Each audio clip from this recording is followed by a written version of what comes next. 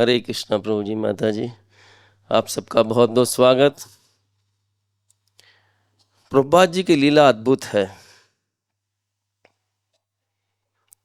और उन्होंने चुन चुन करके पूरे विश्व से अपने भक्तों को, संसार की कौन सी स्थान नहीं है जहाँ इकट्ठा नहीं किया है।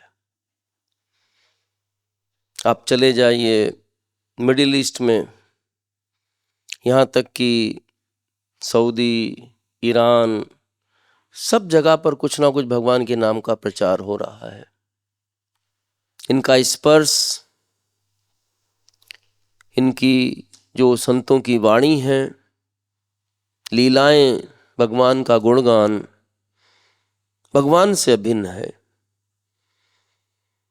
तो श्रीमद् भागवतम समुद्र में प्रवेश करने से पहले हम सब वैष्णवों का, सब आचार्यों का, सबका आशीर्वाद लेंगे और मंगलाचरण के रूप में प्रार्थना करेंगे कि हम जो भी चर्चा करें भगवान की, उनकी लीलाओं के अनुसार, आचार्यों के वक्तव्य के अनुसार हो।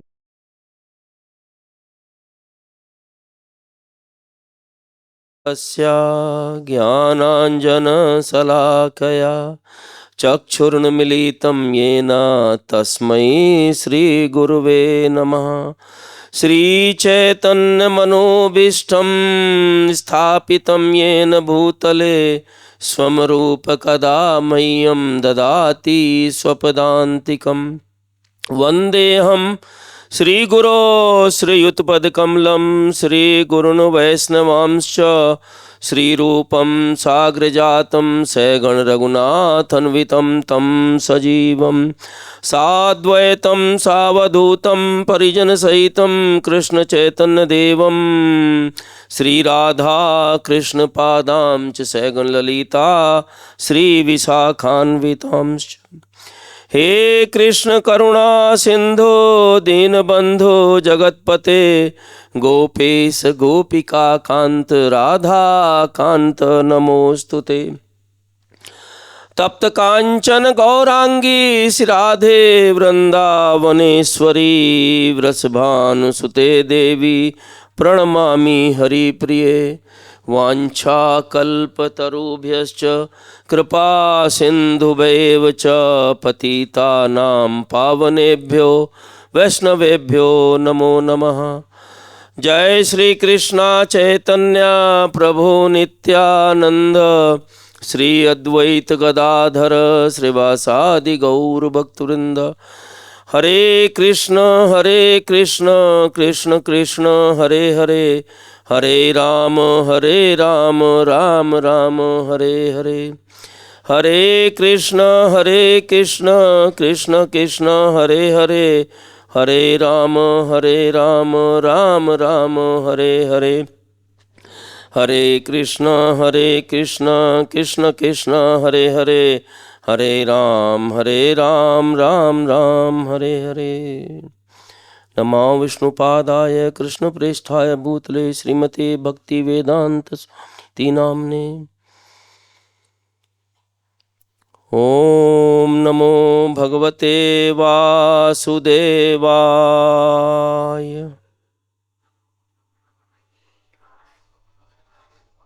ओम नमो भगवते वासुदेवाय।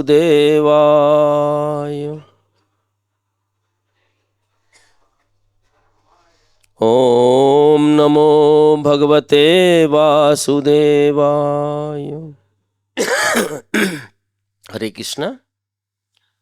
स्कंद 10 अध्याय 3 श्लोक संख्या 28। सह त्वं घोरात् उग्रसेन आत्मजात नः त्राहि त्रस्तान् भृत्तवित्रासासि रूपं च इदं पौरुषं ध्यानधिष्ण्यं मा प्रत्यक्षं मांसदृशां कुशिष्ठाः स्वत्वं घोरात् उग्रसेन आत्मजान् त्राहि त्रस्तान् भृत्तवित्रासहासी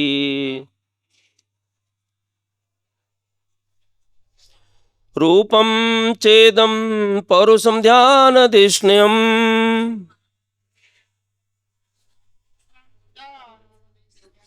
मा प्रत्यक्षं मांसदशां कुशिष्ठः स्वात्वं घोरात् उग्रसेन से आत्मजातना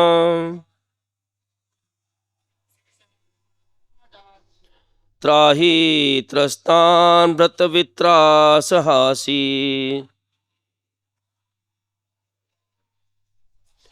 रूपं चेदं पौरुषं ध्यानधिष्ण्यम् मा प्रत्यक्षं मां दशां क्रशिष्ठः सात्वं घोरात् उग्रसेनात्मजान्नस् त्राहि त्रस्तान् भृत्तवित्रासहासी रूपं चेदं पौरुषं ध्यानधिष्ण्यम् मा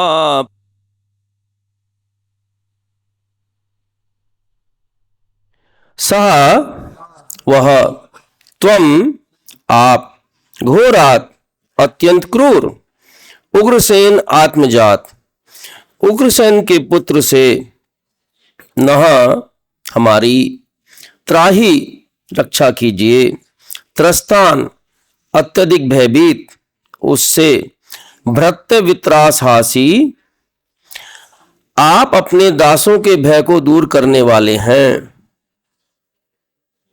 रूपम अपने विष्णु रूप में च भी इदम इस पौरुषम श्री भगवान रूप को ध्यान धिष्ण्यम ध्यान के द्वारा अनुभव किया गया मां नहीं प्रत्यक्षम प्रत्यक्ष मांस दृशाम अपनी भौतिक आंखों से देखने वालों को क्रशिष्ठाः होइए। अनुवाद कृपया सुनिए। हे प्रभु आप अपने भक्तों के समस्त भय को दूर करने वाले हैं।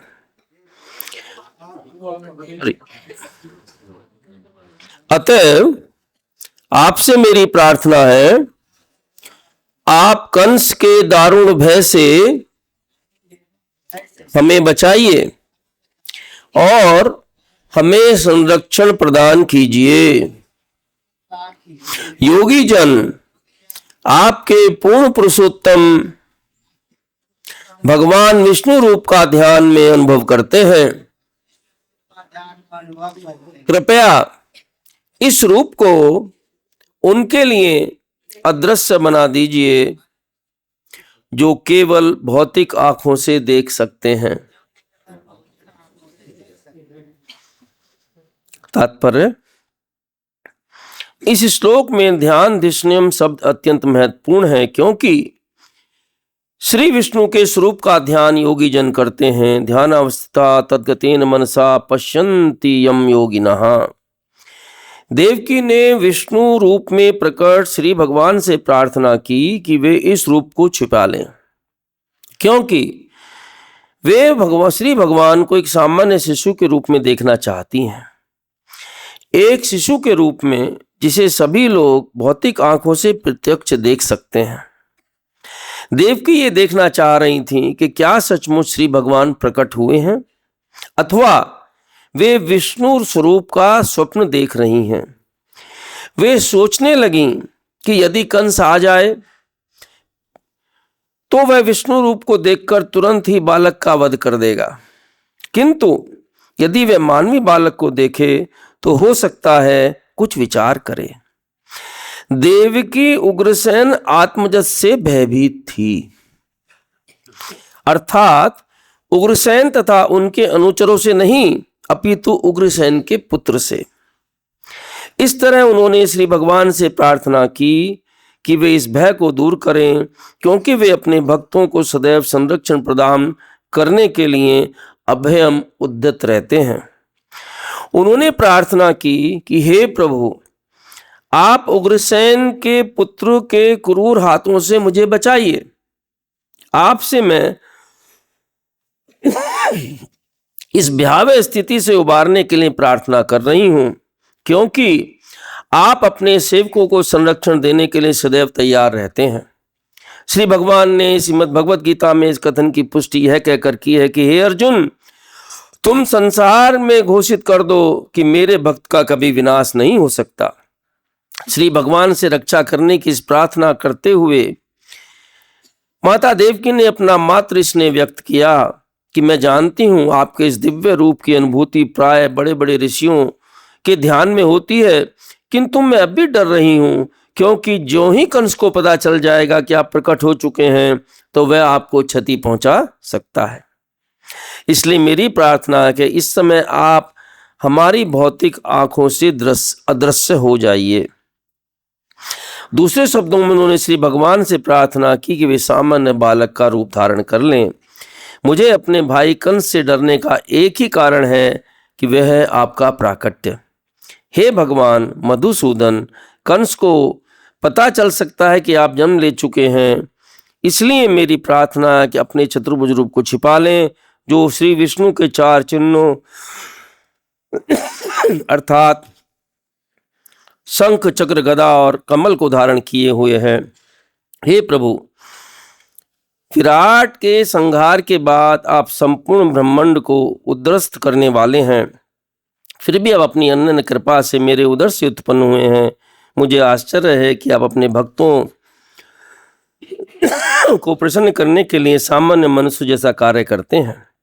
देवकी कंस से इतनी भयभीत थीं कि उन्हें विश्वास नहीं हो पा रहा था कि कंस प्रत्यक्ष श्री भगवान विष्णु को मारने में असमर्थ होगा। इसलिए मातृ स्नेहवश उन्होंने पूर्ण पुरुषोत्तम भगवान से प्रार्थना की कि वे अंतर्ध्यान हो जाएं। यद्यपि श्री भगवान के अंतर्ध्यान होने से कंस यह सोचकर देवकी को अधिक सताएगा, क्योंकि उसने अपने नवजात शिशु को कहीं छिपा दिया है। वे नहीं चाहती थीं कि वह दिव्य बालक को सताया और मारा जाए। इसलिए उन्होंने श्री विष्णु भगवान से प्रार्थना की कि वे अंतर्ध्यान हो जाएं। बाद में जब उन्हें सताया जाएगा तो वे अपने मन में उनके विषय में सोचेंगे। श्रील प्रभुपाद की जय। श्री भगवान का प्राकट्य हो चुका है। देवकी के समक्ष भगवान चतुर्भुज रूप में विराजमान है। इससे पहले हमने देखा कि भगवान की प्रार्थना वसुदेव जी ने की है, और जिस रूप में वसुदेव जी ने प्रार्थना की है भगवान को श्री भगवान मानकर ही उन्होंने प्रार्थना की है। इस श्लोक से पहले जो श्लोक आए हैं उसमें भी देवकी माता भगवान को श्री भगवान के रूप में प्रार्थना करती हैं, लेकिन अब इस श्लोक में थोड़ा सा ट्विस्ट आ गया है।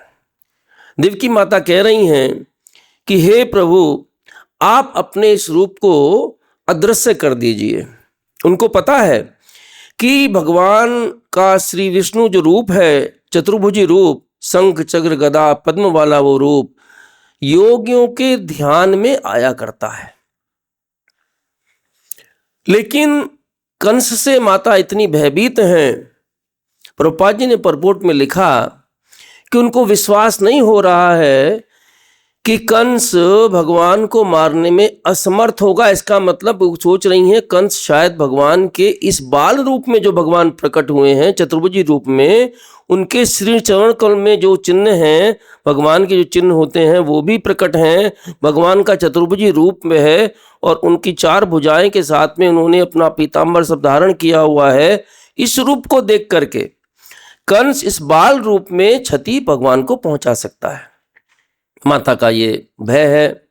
हर माता को अपने बच्चे के लिए इच्छा होती है कि बच्चे का शुभ हो। आगे जा करके भागवत की कथा में हम लोग देखेंगे किस प्रकार गोपियाँ पूतना के प्रसंग में, बाकी सब प्रसंग में भगवान की रक्षा की प्रार्थना करती हैं। भगवान का प्राकट्य भगवत गीता में भगवान कहते हैं 4 अध्याय के 9वें श्लोक में, जन्म कर्म चैम में दिव्यम एवं यो त्यक्त्वा देहं पुण्यम नेति मामेति सो अर्जुना। हम भयभीत रहते हैं 4 चीजों से, जन्म मृत्यु जरा व्याधि। क्यों कि असंख्य योनियों में भटकते हुए हम मनुष्य योनि में पहुंचे हैं। और मनुष्य योनि एक ऐसा द्वार है जिसके द्वारा हम अपने घर वापस जा सकते हैं, बाकी योनियां नहीं है। इवन देव योनि में भी संभव नहीं है, वो भोग योनि है। मनुष्य योनि कर्म योनि है, कर्म करके भगवान के धाम हम जा सकते हैं। तो इसीलिए इस मनुष्य योनि में भगवान ने कहते हैं कि जिस प्रकार से छोटे से गागर में सागर भर दिया जाता है, भगवत गीता के एक एक श्लोक में ऐसे फॉर्मूले दे दिए जैसे जन्म कर्म में। बड़ा सिंपल सिद्धांत भगवान ने बताया, साधारण, कि मेरा प्राकट्य और जो मेरे लीलाएं, मेरे कर्म हैं, जो उनको तत्व से जानता है वह इस भौतिक संसार में पुनः जन्म नहीं लेता। और हमारे इस अध्याय का शीर्षक क्या है? भगवान श्री कृष्ण का जन्म या आविर्भाव। तो हमारे लिए बहुत बहुत इंपॉर्टेंट है इस अध्याय का एक एक श्लोक तत्व से कैसे जानना है।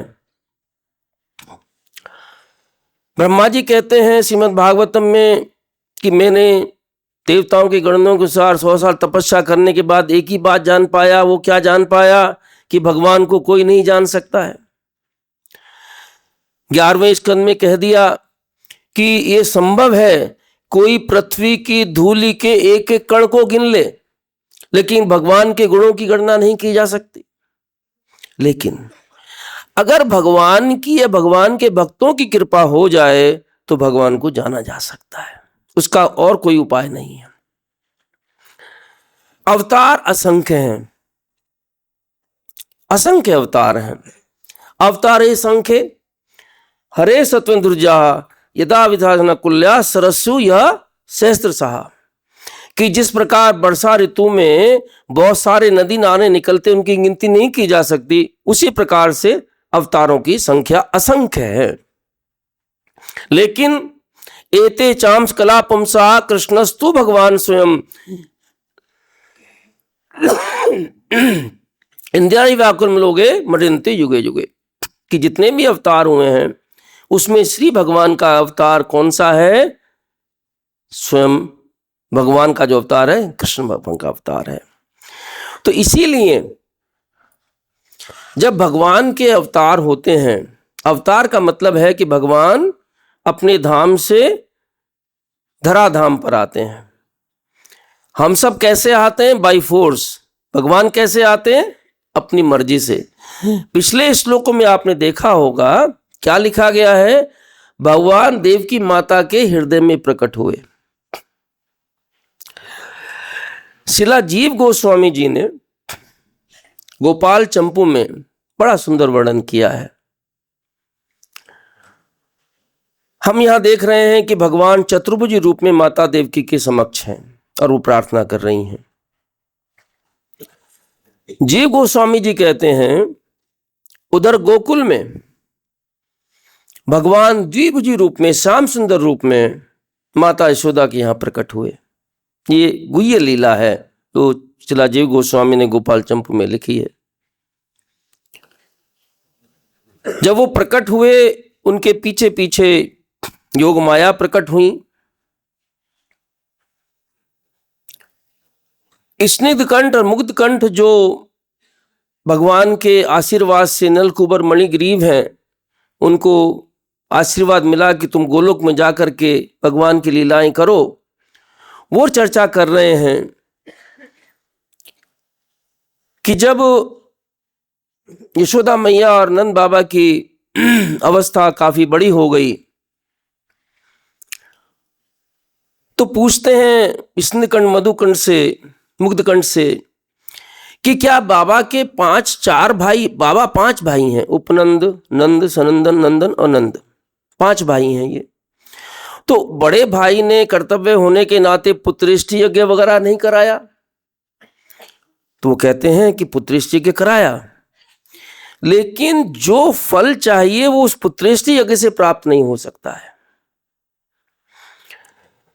जेल के अंदर जब माता देवकी के हृदय में भगवान आ गए तो उनको अनुभूति होती थी। कंस आता था तो देखता था कि देवकी माता के जो प्रकाश है इतना ज्यादा है कि कंस की आंखें चुनी आ जाती, देख नहीं सकता था वो। उसी प्रकार से यशोदा मैया की गोद में नीलमणि भगवान खेलते हुए उनको आभूत होते, उनको भाव होता है उनका कि मेरी गोद में नीलमणि भगवान खेल रहे हैं, मेरा स्तनपान कर रहे हैं। नंद बाबा को भाव होता है, नंद बाबा यशोदा मैया चर्चा करते हैं कि यशोदे हमारी इतनी अवस्था होगी, हमने पुत्रेष्टि यज्ञ कर ली, अभी तक हमको पुत्र की प्राप्ति नहीं हुई, लेकिन मेरे ध्यान में मैं देखता हूँ कि एक नीलमणि बालक, सुंदर सुंदर उसके कपोल हैं, सुंदर सुंदर उसकी आंखें हैं और उसके चरण कमलों में इतने इतने चिन्ह हैं, वो तुम्हारी गोद में खेल रहा है। यशोदा कहती हैं हाँ, क्या करना चाहिए? 1 वर्ष तक द्वादशी का व्रत किया और व्रत करने के बाद में भगवान नीलमणि जब प्रकट हुए हैं और योग माया प्रकट हुई, तो जी गोस्वामी जी लिखते हैं योग माया नीलमणि भगवान को द्विभुज रूप को कहाँ लेकर गई? मथुरा लेकर के गई। और मथुरा जाकर के जो चतुर्भुजी भगवान थे वो द्विभुजी रूप में समाहित हो गए, उन्हीं को लेकर के वसुदेव जी वापस आए। बड़ी सुंदर लीला लिखी हुई। तो इसलिए भगवान का प्राकट्य इतना अद्भुत है। जब उनका प्राकट्य हुआ तो जितना भी संसार के तत्व हैं सब निर्मल हो गए, हृदय निर्मल हो गए, नदियां निर्मल हो गई, आकाश निर्मल हो गए, समीर निर्मल हो गया, अग्नि निर्मल हो गई। यहां तक लिखा गया है कि पवन के चलने से बाद में अग्नि प्रज्वलित हो रही है लेकिन हिलती नहीं है, स्थिर है वो। भगवान देवकी के हृदय में प्रकट हुए हैं। उसके बाद में देवकी माता क्या कह रही हैं? उग्रसेन आत्मजस, उग्रसेन के आत्मज जो कंस है उससे मैं अत्यधिक भयभीत हूं। जिसके यहां भगवान का प्राकट्य हो गया फिर भी वो भयभीत हैं, सोचने वाली बात है। आकाशवाणी ने कहा था कि अष्टम गर्भ के रूप में भगवान प्रकट होंगे और अष्टम गर्भ है, आ गए हैं, लेकिन फिर भी मन में भय है। एक कंस के बारे में हम लोग माताजी प्रभु जी थोड़ा विचार करते हैं। कंस के बारे में गर्ग मुनि जी ने गर्ग संहिता में बड़ा डिटेल में वर्णन किया है। जब समुद्र मंथन हुआ और उसके बाद में मौनी भगवान ने अमृत बांट दिया तो असुरों का और दैत्यों का युद्ध हुआ। उस युद्ध में कालनेमी ने पार्टिसिपेट किया और भगवान विष्णु से कालनेमी का बड़ा भयंकर युद्ध हुआ। कालनेमी के भगवान ने उसको उद्धार किया, लेकिन शुक्राचार्य जी ने कालनेमी को संजीवनी विद्या से पुनर्जीवित कर दिया। और कालनेमी ने उसके बाद ब्रह्मा जी की बड़ी विकट तपस्या की। लिखा गया है कि उसके शरीर पर, जैसे वाल्मीकि जी के देखते हैं कि उसके शरीर पर केवल हड्डियां मात्र रह गईं, प्राण केवल हड्डियों में अटके हुए थे।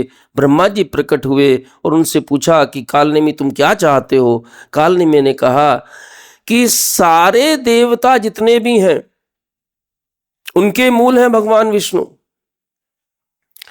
तो उसके मन में भय था कि विष्णु जी को तो मैं कुछ, लेकिन अगर बाकी जो शाखाएं हैं उनको खत्म कर दूंगा तो मूल क्या करेगा? तो उसने कहा मुझे ऐसा आशीर्वाद दीजिए कि कोई भी देवता सृष्टि का मुझे हरा ना सके।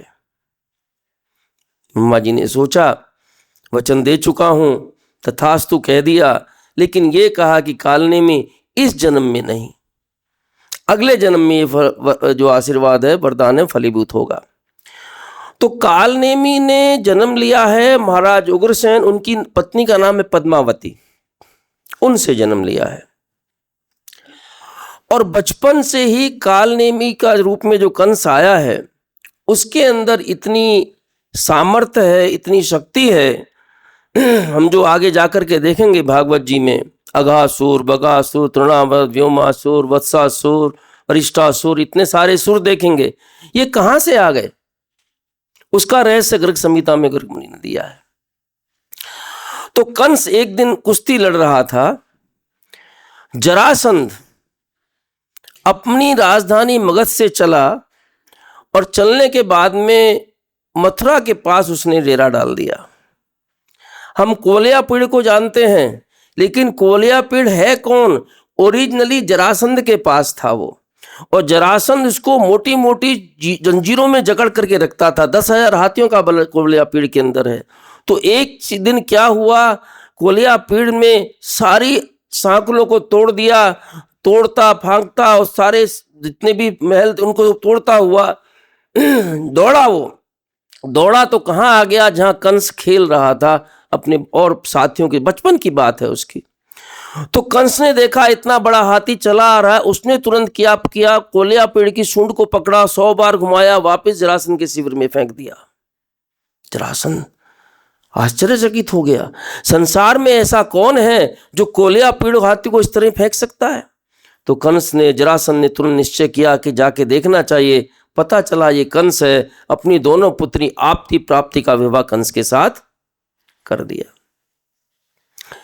कंस इसके बाद में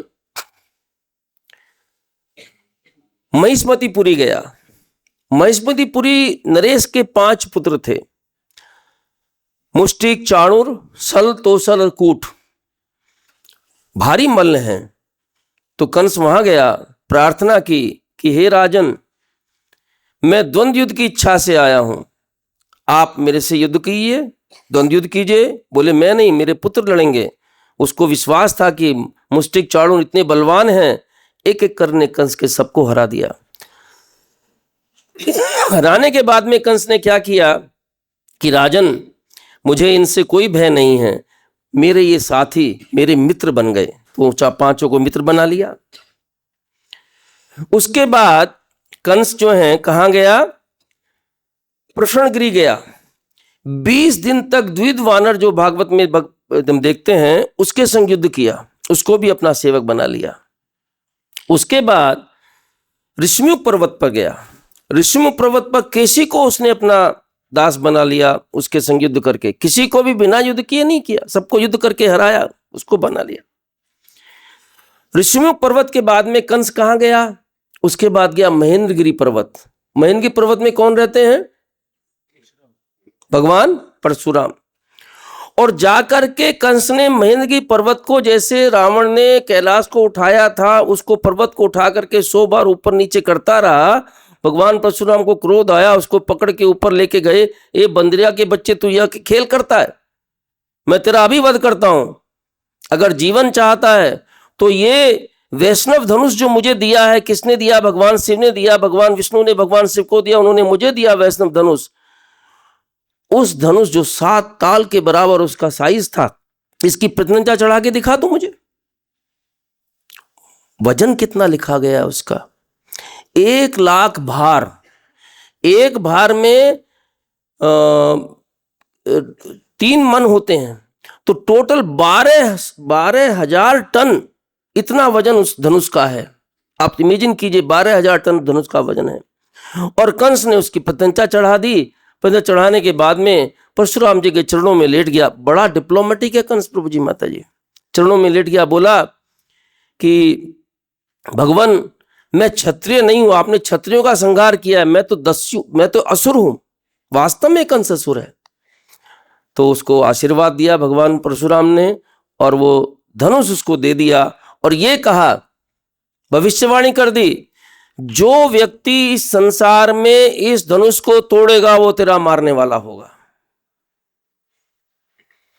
धनुष युग में भगवान तोड़ देते हैं तो कंस को निश्चय हो जाता है कि यही मेरे मारने वाले हैं। उसके बाद समुद्र तट पे गया, वहां उसने अघासुर को अपना दास बनाया। फिर बंग देश में अरिष्टासुर को दास बनाया। उसके बाद प्राग ज्योतिषपुर गया। प्राग ज्योतिषपुर में कौन रहता है? नरकासुर। तो नरकासुर से युद्ध करने के लिए जब उसने कहा तो नरकासुर ने स्वयं युद्ध नहीं किया। पहले किसको भेजा? प्लम्बासुर को भेजा, फिर धेनुकासुर को भेजा, तृणाव्रत को भेजा, बकासुर को भेजा। सबको कंस ने हरा दिया। पूतना उनकी बहन थी। पूतना आई लड़ने के लिए, बोला अब पूतना तुम मेरी बहन के समान हो, ये सब तो मेरे मित्र बन गए, अघासुर बकासुर तुम्हारे भाई हैं, तुम भी मेरी बहन हो गई। उन सबको लेकर के चल दिया कंस।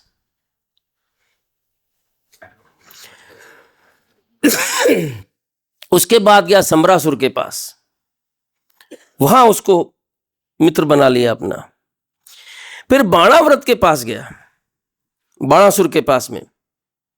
और बाणासुर के पास में जब कंस का बाणासुर का युद्ध हुआ, इतना भयंकर युद्ध हुआ कि भगवान शिव को आना पड़ा।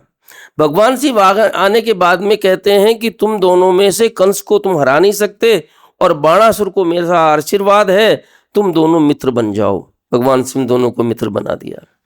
त्रिकूट पर्वत पे गया वो, वहां से विमासुर को लेकर के आया। और पश्चिम दिशा में गया, वहां से वत्सासुर को लेकर के आया। इस प्रकार से अंत में जाकर के म्लेच्छ देशों पर उसने आक्रमण किया।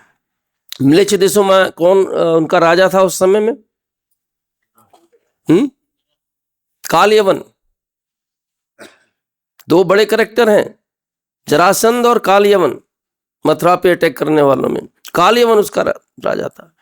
जाकर के कालयवन के साथ युद्ध किया और कालयवन को मार मार के उसने इतना गिरा दिया कि म्लेच्छ सेना जब भागने लगी तो बड़ा डिप्लोमेटिक, तो उसने उसके ऊपर अटैक नहीं किया, कालयवन को अपना मित्र बना लिया। इन सबको इकट्ठा करके कंस ने उसके बाद अमरावती पर अटैक किया। अमरावती क्या है? इंद्र की राजधानी।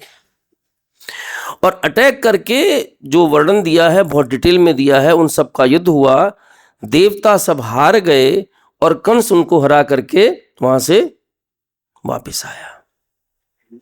देव की माता उनकी कौन है? कंस की बहन है, छोटी बहन है। और कंस की सारी एक्टिविटीज डेफिनेटली मालूम रहेंगी। तो उनका जो भय ये है कि कंस के पास इतने सारे असुर हैं, जिसने देवताओं तक को हरा दिया, कोई देवता उसका सामना नहीं कर सका। ये बाल रूप में भगवान विष्णु जो आए हैं, कंस इनको मारने में असमर्थ होगा। इसका मतलब कह रहे हैं कि समर्थ हो जाएगा वो मां का भय है। तो इसलिए इस भय के रहते क्या करना चाहिए? प्रार्थना कर रहे हैं कि हे भगवान, आप अपने इस रूप को छुपा लीजिए, हमारी भौतिक आंखों से उसको छुपा लीजिए। हमारे जीवन में जो भय है, किसके पास भय नहीं है? प्रभु जी, माता जी। कोई कहते हैं भक्त के पास भय नहीं है। अहम सर्वस्य परवो मत्ता सर्वम प्रवर्तते इति मत्वा भजन्ते बुधाभाव समन्विता।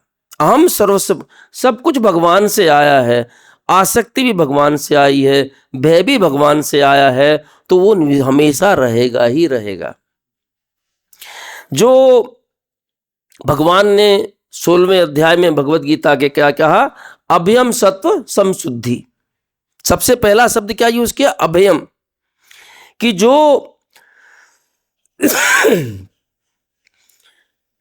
मैंने देवी प्रकृति के जो लोग हैं, उनकी सबसे पहली क्वालिटी क्या है? अभयम, निर्भयता। लेकिन उनको भय किससे लगता है? जैसे हम लोग आगे जाकर के देखेंगे, प्रहलाद महाराज हैं, उनको भय लगता है। किससे भय लगता है? कि संसार के गर्त में पड़े हुए जीवों की दशा देख करके उनको भय लगता है। ये भक्त की क्वालिटी है। ब्रह्मा जी कह रहे हैं, जब ब्रह्मा जी ने सृष्टि के लिए प्रार्थना की भगवान से 30 स्कंद के 9वें अध्याय में, तावद् भयं द्रविणद्रेस्रुनिमित्तं शोकास्प्रापर्विप्लश्च लोभः तावन्ममेति सदाङ्घ्रिमूलं यावन्नितङ्घ्रियभयं प्रणीतलोकः। तावत् भयम द्रविण द्रेह सुहन निमित्तम। संसारी लोग भय किसका करते हैं? द्रविण। आज मेरे पास पैसा है, छिन जाएगा, उसका भय द्रविण। देह, अपने शरीर का भय। ब्रह्मा जी क्या कह रहे हैं कि हे प्रभु, संसार के समस्त भौतिक लोग चिंताओं से लज्जित रहते हैं, चिंता में घिरे रहते हैं, वे सदैव भयभीत रहते हैं। संसारी लोग सदैव भयभीत रहते हैं। किससे भयभीत रहते हैं? धन के लिए, शरीर के लिए, मित्रों की रक्षा करने के लिए प्रयत्न करते हैं, लेकिन मिलता क्या अंत में? शोक। उनको शोक ही प्राप्त होता है। 11वें स्कंद में जब चर्चा होती है नारद जी की और वसुदेव जी की, तो उसमें क्या कह रहे हैं कि हम लोग सुख से, दुख से छूटने का उपाय करते हैं सुख पाने के लिए, लेकिन जो उपाय करते हैं उससे हमको सुख तो प्राप्त होता नहीं है, दुख ही दुख प्राप्त होता है। क्योंकि दुख से छूटने का जो उपाय करते हैं, हम क्या उपाय करते हैं? भौतिक उपाय करते हैं, मटेरियल। वो संभव नहीं है। उसका छूटने का उपाय क्या है? आध्यात्मिक, स्पिरिचुअल उपाय है। तो इसीलिए ब्रह्मा जी कह रहे हैं कि वे लोभवश मेरा और मेरे नाशवान धारणाओं पर सब कुछ अपना बेस करते हैं। जब जितना भी उनका संसार टिका हुआ है किसके ऊपर? मी एंड माइन, मेरा और मेरी चीजों, उनके ऊपर टिका हुआ है। और वे आपके चरण कमलों को शरण नहीं लेते। भगवान के चरण कैसे हैं? पीछे देवता लोग की प्रार्थना करते हैं। इस स्कंद के दूसरे अध्याय में क्या कहते हैं? वत्स पदम। भगवान के चरण कमल इतने शक्तिशाली हैं कि भव सागर किसके रूप में हो जाता है? गऊ के बछड़े के खुर, गऊ का खुर नहीं, गऊ के बछड़े के खुर के समान हो जाता है। उसको आसानी से पार कर सकते हो। कब कर सकते हो? जैसे ये भगवान के चरण कमलों की शरण ग्रहण करते हो, अन्यथा उसका कोई उपाय दूसरा नहीं है। तो ब्रह्मा जी कह रहे हैं कि वो जब तक आपके चरण कमलों की शरण ग्रहण नहीं करते, वो चिंताओं से भरे रहते हैं। तो प्रभु जी, माता जी, अगर हम चिंता मुक्त होना है, उसका केवल एक ही उपाय है, भगवान के श्री चरण कमलों की शरण ग्रहण करना, और कोई उपाय नहीं है। भगवान जब 10वें अध्याय में भगवान अर्जुन को बता रहे हैं तो क्या कह रहे हैं? भय चाभयमेव, कि भय भी और अभय भी दोनों ही मेरे द्वारा प्रकट किए गए हैं। इसके परपोर्ट में 10, 4 और 5 के परपोर्ट में श्रील प्रभुपाद लिखते हैं कि भय भविष्य की चिंता के कारण है। और ये चिंता क्या करती है कि हमारा आज भी खराब करती है और कल भी खराब करती है। भविष्य की चिंता, उसकी चिंता में आज ना सुख भोग पाते हैं और आने वाला का तो पता ही नहीं है। तो प्रभुपाद ने लिखा कि भय भविष्य की चिंता के कारण होता है। कृष्ण भावना अमृत में स्थित कोई व्यक्ति किसी भी व्यक्ति को भय नहीं हो सकता, क्योंकि अपने कर्मों से वह निश्चित रूप से आध्यात्मिक आकाश, घर और भगवत धाम चला जाएगा। तो प्रभुपाद जी ने क्या गारंटी दी है? जो कृष्ण भावना अमृत में आ गया, वास्तविक कृष्ण भावना में आ गया, उसकी गारंटी प्रभुपाद जी कह रहे हैं वो अपने आध्यात्मिक आकाश, घर, जो हमारा भगवान का घर है, वहां वो चला जाएगा। इसलिए उसका भविष्य अत्यंत उज्जवल है। अभय निर्भयता केवल कृष्ण भावनामृत में स्थित व्यक्तियों के लिए ही संभव है। संसारी व्यक्तियों के लिए निर्भयता संभव नहीं है। हम उदाहरण देखते हैं, जब इसने अश्वत्थामा ने ब्रह्मास्त्र छोड़ा, अर्जुन पकड़ने के लिए गए, तो भक्त कैसे अभय होता है?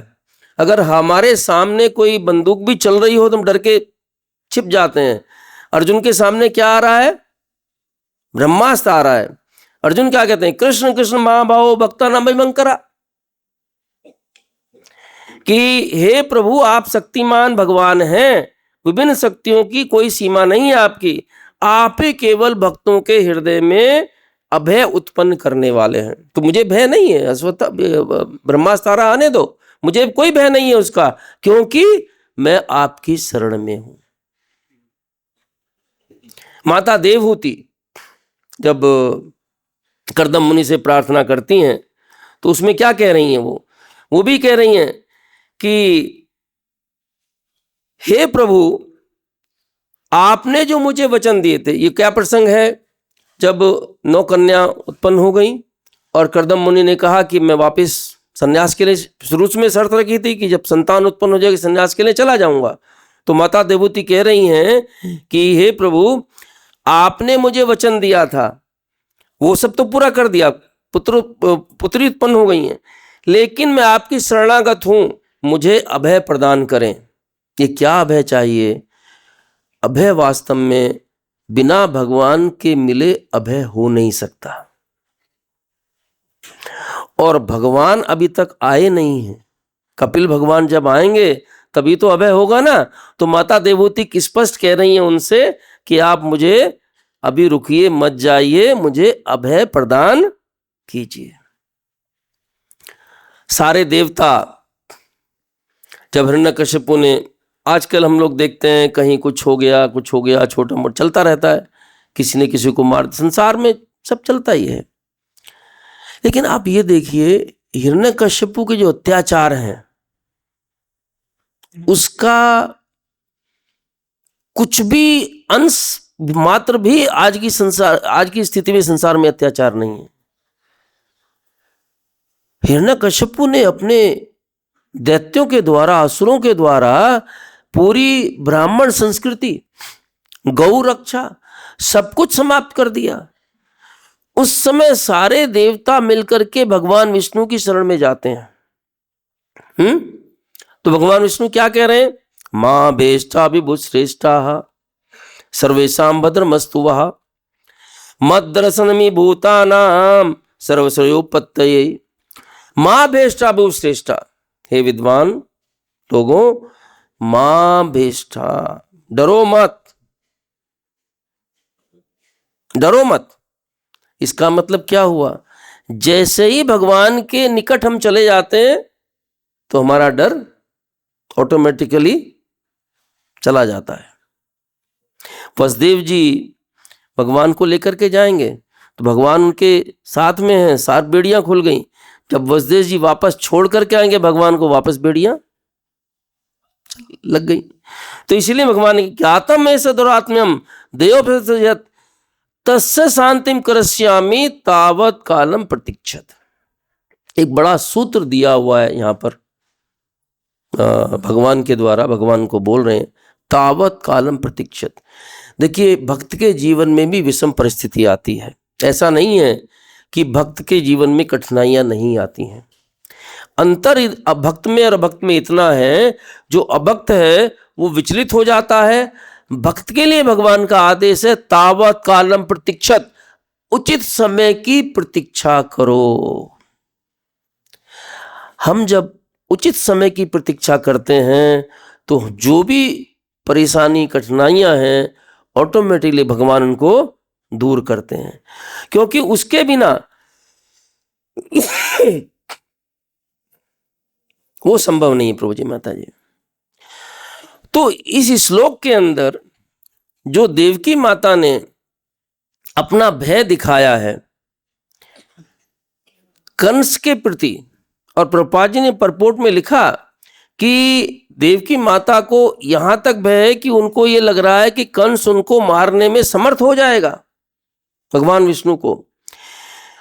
लेकिन मतलबी माता जी, जब भगवान वहां पर विराजमान है हमको भय लग सकता है, लेकिन भय की कोई भी स्थिति संभव नहीं है। जहाँ भी भगवान है, भगवान के भक्त हैं, कोई स्थिति संभव नहीं है। श्रीमद् भागवतम, श्रीमद् भगवत गीता, चैतन्य चरितामृतम सब हमको क्या सिखाते हैं? भगवान की शरण में जाओ, भगवान की शरण में जाओ। लेकिन शरण में जाएं कैसे? कलयुग में भगवान साक्षात हमारे सामने है या नहीं है? हैं। श्याम सुंदर जी बैठे हमारे सामने। ये विश्वास हमारा होना चाहिए। जब ये विश्वास है और उनकी शरण में जाते हैं, लेकिन उनकी शरण में लेके जाने वाला कौन है? श्रील प्रभुपाद। उनके जो संस्था को चलाने वाले वो जो भक्त लोग हैं, तो भक्तों की शरण श्रीमद् भागवत में यहां तक कहा गया है कि 11वें स्कंद में भगवान कहेंगे, क्या कहते हैं भगवान? ये कहते हैं कि जब मैं चलता हूं और मेरे भक्त लोग आगे चलते हैं, जो ब्राह्मण देवर आगे चलते हैं, उनके चरणों की धूल जब मेरे मस्तक पर पड़ती है, जगत पवित्रम, पूरे संसार को पवित्र करता हूं। इसलिए भगवान और भगवान के भक्तों की शरणागति ही एकमात्र उपाय है इस भय से बाहर निकलने का। कंस एक है उस समय में, आज कितने सारे कंस हैं। रावण एक था उस समय में, आज बहुत सारे रावण हैं, हिरण्यकश्यपु हैं। ये संसारी जो नए नए हैं। इसीलिए वसुदेव जी क्या कह रहे हैं अपने प्रेयर्स में? ये कह रहे हैं कि इस संसार में जितने राजा लोग प्रकट हो गए, असुर लोग राजा के रूप में प्रकट हो गए हैं, उसी तरीके से आज इस संसार में जो असुर हैं वो भी नए नए रूप में प्रकट हो गए हैं। उनसे अगर हमको भयभीत नहीं होना है, निर्भय होना है, उसके लिए केवल और केवल भगवान की शरण।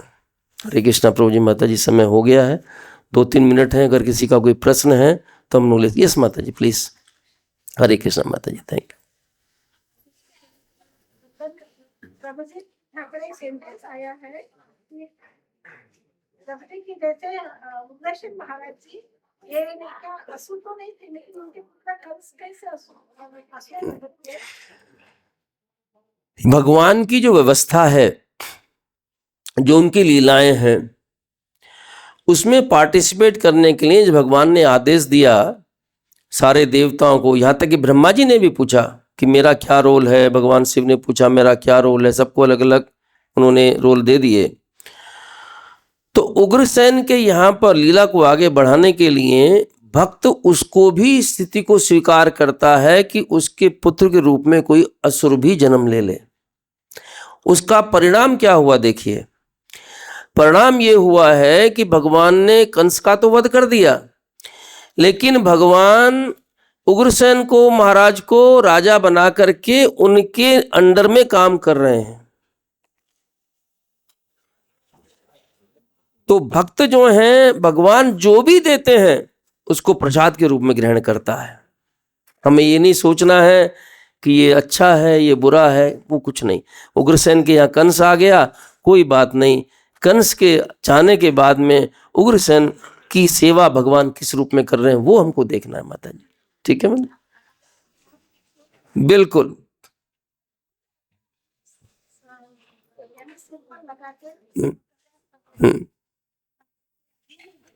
बिल्कुल माता जी।